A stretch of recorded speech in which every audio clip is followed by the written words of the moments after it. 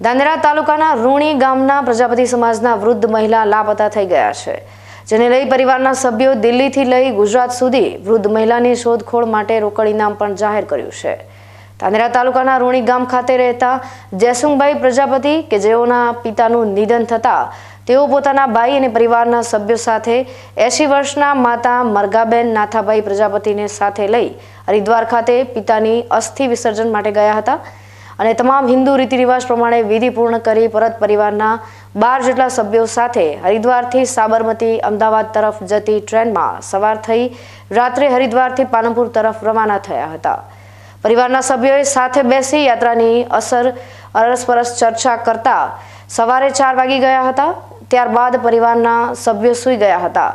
સવારે 7 કલાકે ઉઠીને જોતા વૃદ્ધ માતા ટ્રેનમાં દેખાયા ન હતા। પરિવારના સભ્યોએ ટ્રેનમાં શોધખોળ સાથે દિલ્હી સહિતના સ્ટેશન પર તપાસ કરી હતી। જોકે 80 વર્ષના વૃદ્ધ મહિલાના કોઈ સમાચાર મળ્યા નથી। છેલ્લા 4 દિવસથી પ્રજાપતિ સમાજના પરિવારે માતાને શોધવા માટે રોકડ ઇનામ પણ જાહેર કર્યું છે, સાથે દિલ્હી ખાતે ફરિયાદ પણ આપી છે।